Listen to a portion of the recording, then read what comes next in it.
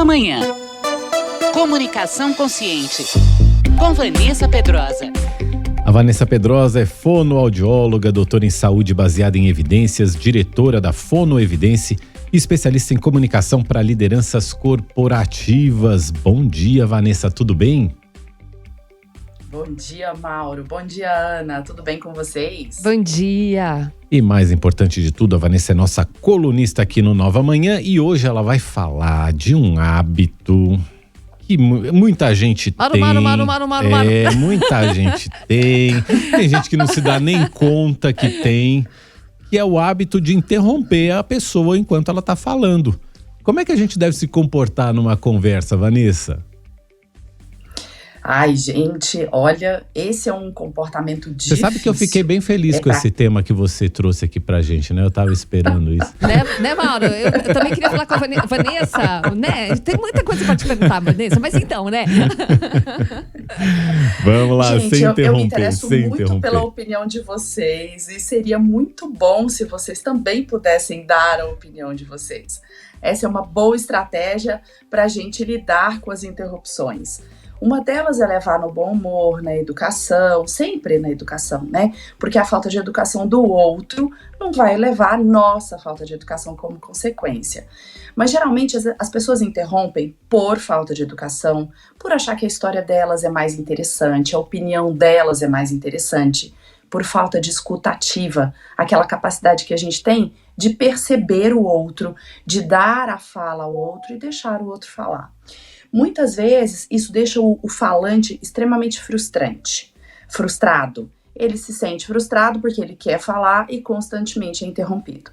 No mundo feminino, as mulheres ainda sofrem o famoso interrupting, que é o homem que interrompe a mulher todas as vezes que ela vai falar, principalmente no mercado de trabalho. Mas a gente sabe que isso pode acontecer em todas as situações do dia, entre os amigos, em situações sociais qualquer, em casa.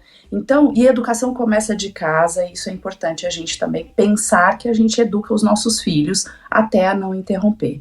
Mas é um comportamento difícil que as pessoas que sofrem as interrupções precisam aprender a se colocar. Então, uma delas é: eu posso continuar falando? Ou então, você quer falar e depois eu falo? Precisa sempre se colocar. É bom que seja de maneira educada, mas que essas colocações apareçam na fala para que você tenha o seu lugar, a sua voz. Isso é bom, né? Porque a gente às vezes fica até meio desconcertado, né, Vanessa, quando a gente é muito interrompido durante uma fala, ou até mesmo quando a gente está eventualmente numa reunião e percebe que tem uma pessoa interrompendo outra várias vezes, né? Essa é uma das formas, né? Você passou aí uma das dicas, né? Que você fala assim, posso continuar falando? Ou você prefere falar primeiro e eu falo depois, né? Que estratégias as pessoas devem ter, né? No momento desse, até para não perder a calma também, né? Em primeiro lugar, identificar. Muitas vezes as pessoas são interrompidas e nem percebem que elas estão sendo interrompidas e que no final, muito tempo depois, ela fala assim, caramba, não terminei de falar. Eu não pude falar. Então, identificar. A segunda, que eu acho extremamente importante, é desenvolva uma fala, uma frase específica para você falar quando você for interrompida. Tem que ser uma frase assertiva. Não pode começar dando voltas ou derrapando na fala. Vá direto. Você pode me deixar terminar, por favor? Assim que eu terminar, é a sua vez de falar e eu gostaria muito de te ouvir. Então, essas frases, onde você coloca gentilmente a sua fala e a sua necessidade de fala, são muito importantes. Porque quando você é interrompido, se você não está preparado para se colocar, você vai começar de maneira imprecisa, você vai perder mais tempo ainda e vai ser interrompido novamente.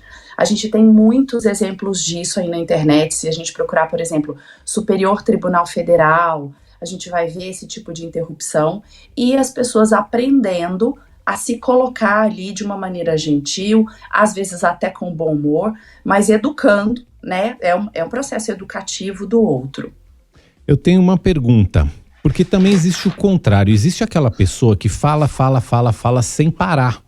E, por exemplo, eu já me vi várias vezes, me vejo na minha profissão várias vezes com entrevistados que começam a falar loucamente. A gente tem um tempo certo aqui no ar, porque a gente precisa cumprir, né? Eu não posso invadir a programação inteira da rádio só porque o entrevistado resolveu falar sem parar.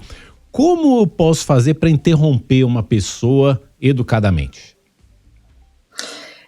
Esse é outro desafio. Você vê que comunicação é sempre mão dupla, né? A gente vai aprendendo como lidar com a educação e também com as pessoas que não falam, não param de falar.